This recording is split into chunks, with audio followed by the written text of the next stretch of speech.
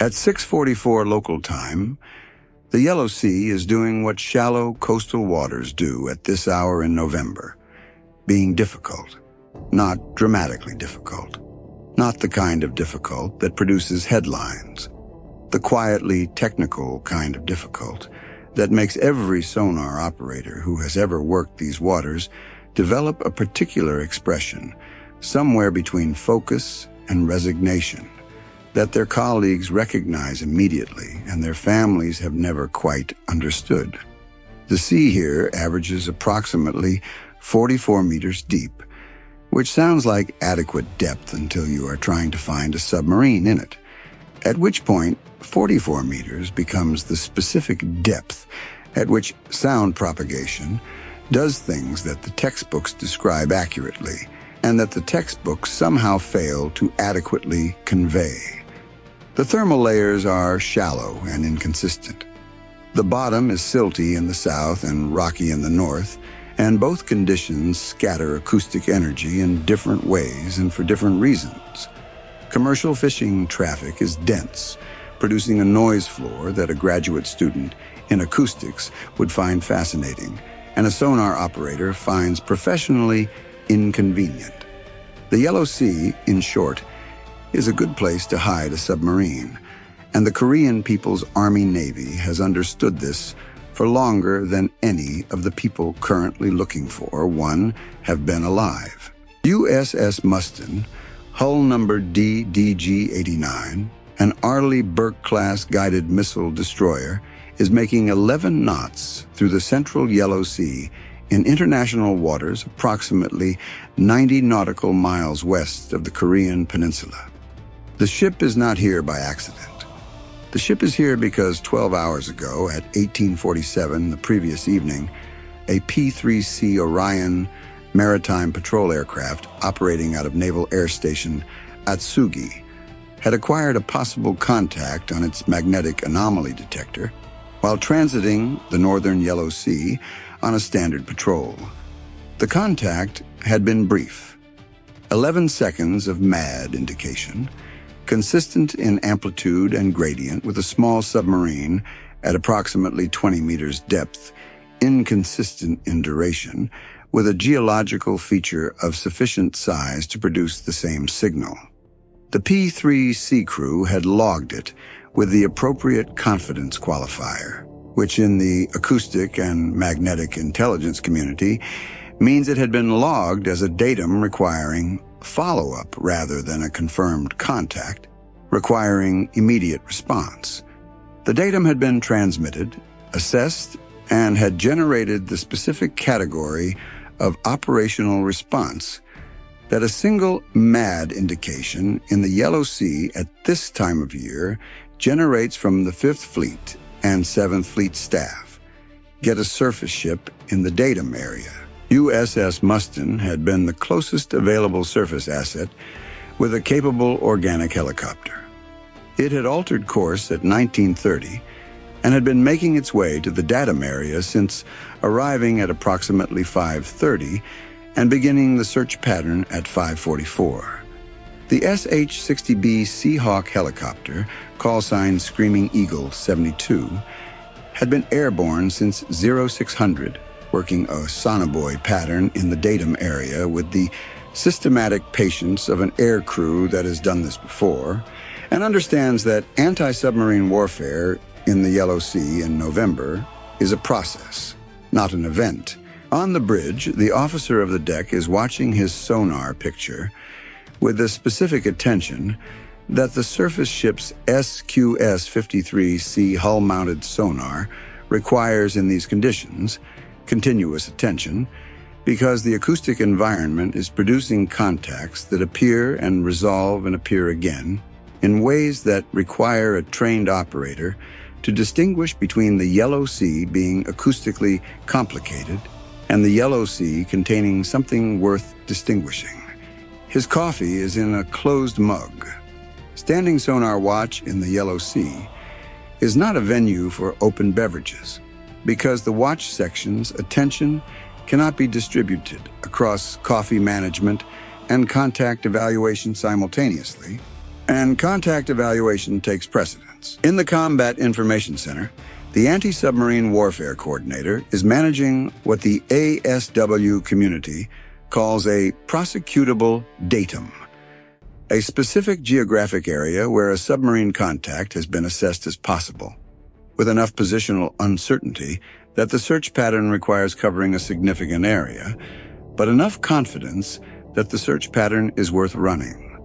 The datum from the previous evening's MAD hit was now 14 hours old, which means the positional uncertainty has grown from a small circle to a considerably larger one because submarines move and the Yellow Sea provides no acoustic environment that would have reported that movement in the interim. A Yono-Class submarine at its maximum, submerged speed of 8 knots, moving for 14 hours, could be anywhere within a circle of approximately 112 nautical miles from the original datum. This is a large circle. The search pattern was focused on the most probable sector, based on the assessed mission type, and the Korean People's Army Navy's documented operational patterns in this area, which the 7th Fleet Intelligence Digest had been tracking and analyzing long enough to have opinions about. Now, the Yono-Class submarine. And this is the part of the briefing where the tone changes, because the Yono-Class is not comedic material in the way that a 1961 helicopter or a GPS-guided missile with a 50-meter circular error probable is comedic material. The Yono-Class midget submarine is approximately 29 meters long and displaces approximately 130 tons submerged. It is slow, limited in range, and operates in conditions that would make a conventional submarine crew deeply uncomfortable. It is also the platform that, on March 26, 2010, approached the ROKS Cheonan, a South Korean corvette, in approximately the same waters currently being searched by USS Mustin and its helicopter, and put a torpedo into her.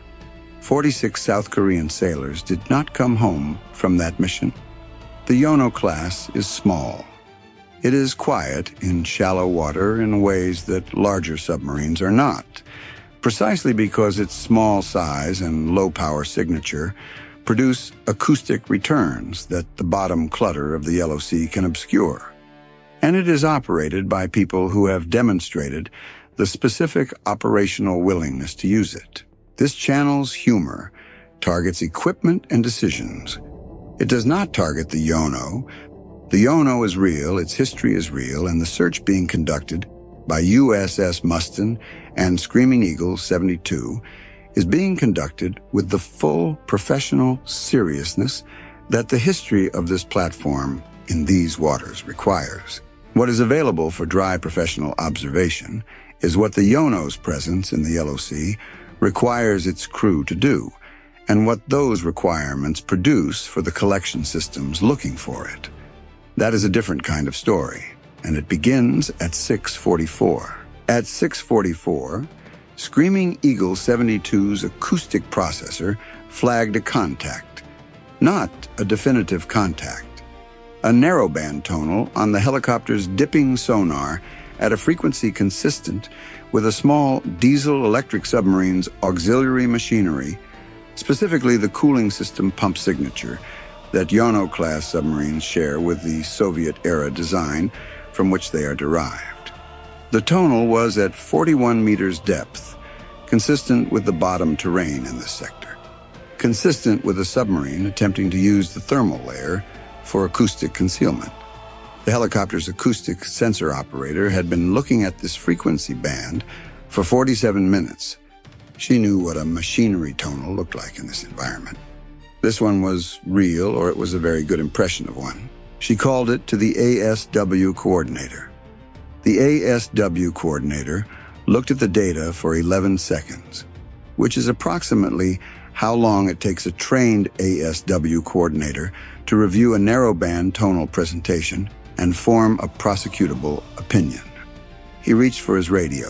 Here is the vulnerability that made the next 31 minutes genuinely technically uncomfortable in a way that goes beyond the standard operational uncertainty of anti-submarine warfare. USS Mustin's SQS-53C hull-mounted sonar, the ship's primary organic ASW sensor, had been experiencing intermittent narrowband processing anomalies since approximately 4:30, caused by a software interaction between the sonar's signal processor and the ship's combat system that the engineering team had identified as a known issue with a pending patch and had not been able to apply during the previous port call due to schedule constraints.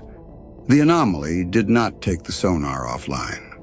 The sonar remained operational, but the narrowband processing, the specific capability that would allow the ship's sonar to classify and track a Yono-Class submarine's machinery signature at close range, was running at reduced confidence, producing results that required a higher correlation standard to treat as prosecutable.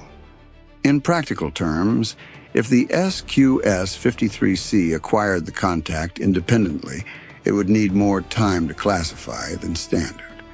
And classification uncertainty would remain elevated throughout the prosecution.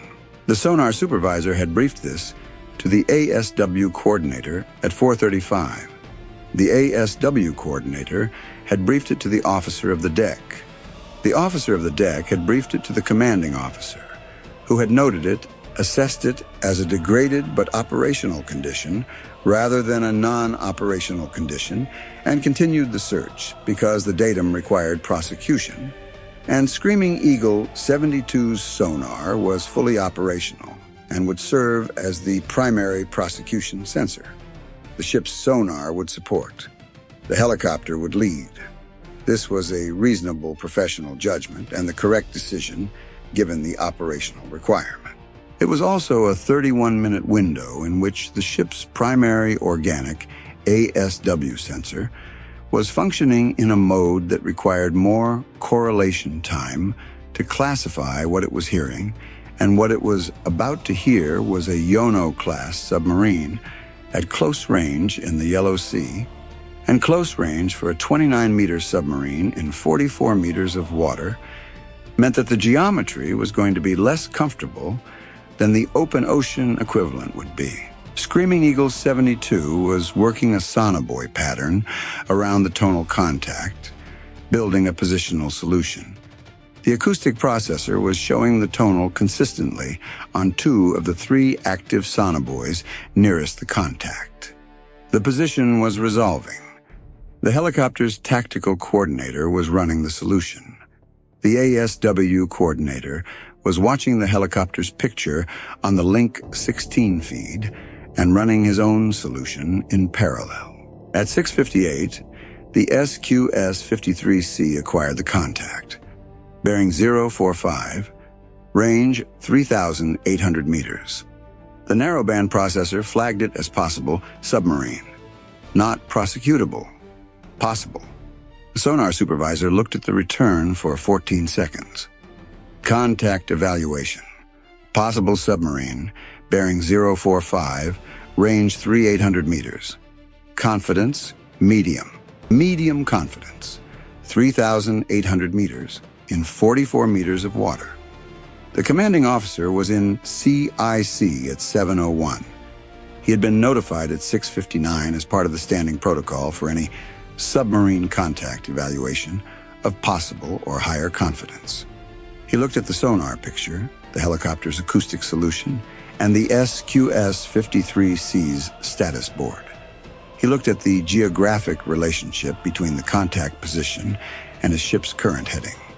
He said 2 words to the ASW coordinator, which were not a question and were not urgent, and were the 2 words that contained the entire operational calculus of ASW prosecution in complex acoustic environments.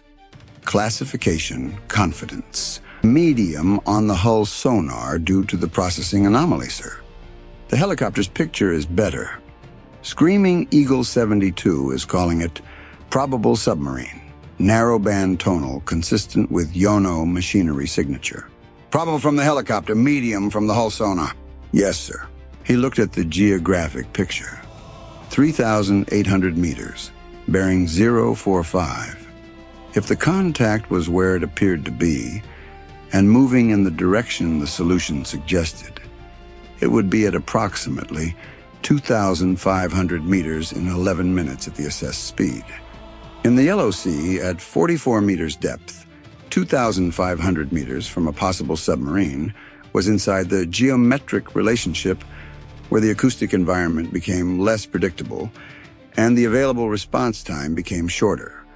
The sonar anomaly was the specific variable that made this 11 minutes matter more than 11 minutes would normally matter. Screaming Eagle 72, this is Mustin. Your prosecution lead. Execute barrier pattern alpha on current contact solution. We are supporting from hull sonar. Mustin. Screaming Eagle 72. Wilco. Contact bearing 225 from Boy Delta. Position quality good. Executing barrier pattern alpha. Short sentences. Because the clock was running and the contact was moving and the Yellow Sea was doing what it always does, which is making everything harder. 703. Contact on hull sonar, bearing 045, range 3,500 meters. Narrowband tonal visible, but processing confidence still medium. Screaming Eagle 72's picture showing contact moving east-northeast at approximately 6 knots. The solution was building. 707. Screaming Eagle 72 dropped 2 additional sonobuoys on the eastern side of the contact position, completing the barrier. The acoustic picture from 5 buoys was painting a position solution with the improving confidence that more sensors produce when they all agree about where something is. Contact, probable submarine. Bearing 055 from Mustin. Range 3,100 meters. Closing 709. The commanding officer made his maneuvering decision. Not an aggressive maneuver, a professional one. Come left 30 degrees. All ahead 2/3. We want to open the range and optimize our sonar aspect.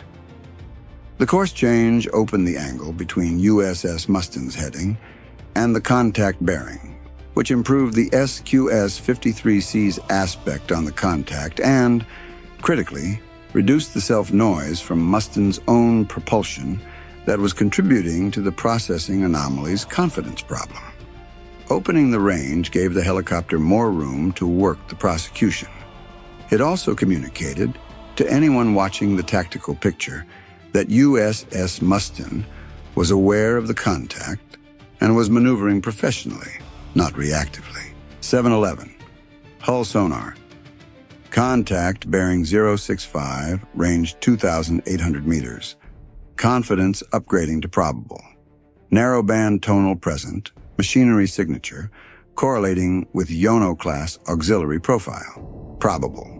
From the hull sonar, with the processing anomaly still in effect, probable meant the acoustic signature was consistent enough with the reference profile that the correlation standard, elevated because of the anomaly, was being met. The sonar supervisor had been running the correlation for 27 minutes. When she said probable, she meant probable. 714. Screaming Eagle 72 reported, contact classification confirmed. Yono-Class assessed. Contact is at 39 meters, course 105, speed 6 knots. Signal quality, good. Confirmed. From the helicopter with 5 buoys, at good signal quality, a Yono-Class submarine, 90 miles off the Korean Peninsula coast, heading east-northeast at 6 knots in the central Yellow Sea, detected and classified by a U.S. Navy helicopter and surface ship working in coordination in the specific acoustic environment that the Yellow Sea provides to submarines seeking concealment, and that the U.S. Navy has been developing tools to penetrate for 40 years. The prosecution had been running for 31 minutes from Screaming Eagle 72's initial tonal contact. The SQS-53C's processing anomaly had produced medium confidence for 24 of those minutes and probable for the last 7. The helicopter had carried the prosecution through the medium confidence window and delivered the classification at the moment the hull sonar's confidence upgraded. The two systems, one degraded and one fully operational, had produced a combined result that neither would have produced alone, or rather that the degraded one alone would have produced more slowly and with less certainty. The commanding officer noted the classification. He notified 7th Fleet via the operational reporting channel. He provided the contact's position, course, speed, depth, and classification confidence. The report was transmitted at 7:17. It reached the appropriate staffs within 3 minutes. The intelligence value of the prosecution was separate from the tactical value and was, in some respects, larger. The Yono-Class submarine's machinery signature, the specific narrowband tonal frequencies and amplitudes that had been building in the acoustic processor since 644, was now a documented acoustic profile from a live operational contact, recorded across 5 sonobuoys and the SQS-53C's hull sonar over 31 minutes of prosecution. The acoustic library for Yono-Class submarines in operational conditions in the Yellow Sea had entries from 3 previous contacts over a 7-year period, 2 of which were from P3C transient contacts of insufficient duration to characterize fully, and one of which was from a South Korean asset whose data format required translation before it could be integrated. This morning's contact had produced 31 minutes of sustained prosecution data at classified as probable confidence in the acoustic environment where the Yono operates when it is doing what it is built to do. The library entry was going to need more storage. How good is the acoustic product? The executive officer asked the ASW coordinator at 7:45 after the contact had opened range and the prosecution had transitioned from active tracking to monitoring. Best Yono characterization we've produced in the Yellow Sea, ma'am. The 5-buoy solution gives us the machinery signature at multiple aspect angles, which the previous contacts didn't have. The auxiliary pump frequency is pinned. The propulsion signature is consistent with the configuration update that the intelligence community assessed from a 2021 imagery collection. He paused. The processing anomaly on the hull sonar actually helped us characterize the signature threshold because we know exactly where the confidence boundary was. That tells us something about detection range in this acoustic environment. The executive officer noted this.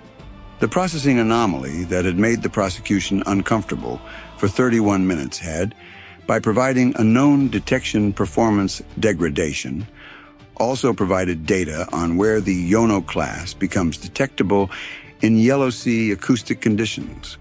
The degraded sensor was a calibration point. The maintenance patch that would fix the anomaly was still being applied, and the contact was still in the water somewhere to the east. At 8:30, Screaming Eagle 72 returned to the ship for refueling. Screaming Eagle 73, the ship's second helicopter, was airborne within 12 minutes and continuing the prosecution pattern with the updated solution. The contact had opened to approximately 8 nautical miles and was still tracking. The prosecution continued. The Korean People's Army Navy's operational submarine had been detected, classified, and tracked in the Yellow Sea. This was not a surprise to the U.S. Navy. The Yellow Sea's acoustic environment is difficult, but 31 minutes of systematic prosecution, with a helicopter and a surface ship working a high-quality datum, produces results, and the results this morning were prosecutable. What happened next? Whether the contact was formally challenged, whether it chose to surface, whether it quietly altered course and increased its depth, and attempted to use the Yellow Sea's acoustic complexity to lose the prosecution, is a matter of ongoing operational record rather than this morning's story. What this morning's story produced was a confirmed acoustic classification of a Yono-Class submarine in operational posture in the Yellow Sea, the best machinery signature characterization since 2017, a detection performance data point from the hull sonar anomaly, and a contact file update that would be distributed to the ROK Navy and every USASW-capable asset in the Western Pacific before noon. By afternoon, the Korean Central News Agency had published no statement about submarine operations in the Yellow Sea, because the Korean Central News Agency does not acknowledge the existence of submarine operations in the Yellow Sea, because acknowledging submarine operations would require acknowledging the submarines and the Korean People's Democratic Republic's official position on whether it operates submarines in waters that it considers adjacent to its sovereign territory is complicated by the specific complications that arise when the operation of those submarines becomes something that other parties have documented. The KCNA's silence on this topic is itself a form of communication. And the communication says approximately what you would expect from an organization that has been carefully managing information for 70 years and understands that some information is better not managed at all. The acoustic profile from the morning's prosecution was in the intelligence system before Screaming Eagle 72's second sortie began. The hull sonar patch was applied at the next available maintenance window 2 days later in port. The SQS-53C performed within its full specifications on the next search. The acoustic profile of what a Yono-Class submarine sounds like when it is trying to be quiet in the Yellow Sea in November, the specific frequency set, the amplitude relationship, the aspect dependence, is now in a library that will be loaded on every U.S. and Allied ASW platform operating in these waters. The Yono found the Yellow Sea's acoustic environment useful. The Yellow Sea's acoustic environment also produced, across 31 minutes of prosecution, a characterization dataset of the Yono's own acoustic signature that the Yellow Sea will now be less cooperative about concealing. This is the specific paradox of operating in complex acoustic environments. The environment that hides you also transmits what hides you, if someone is patient enough and systematic enough to listen long enough. Screaming Eagle 72's acoustic sensor operator had been listening for 47 minutes before the tonal appeared. She kept listening for 31 minutes after it appeared. 62 years of accumulated U.S. Navy ASW experience in the Western Pacific went into the library entry that resulted. The KCNA said nothing. The acoustic library said quite a lot. Bye for now.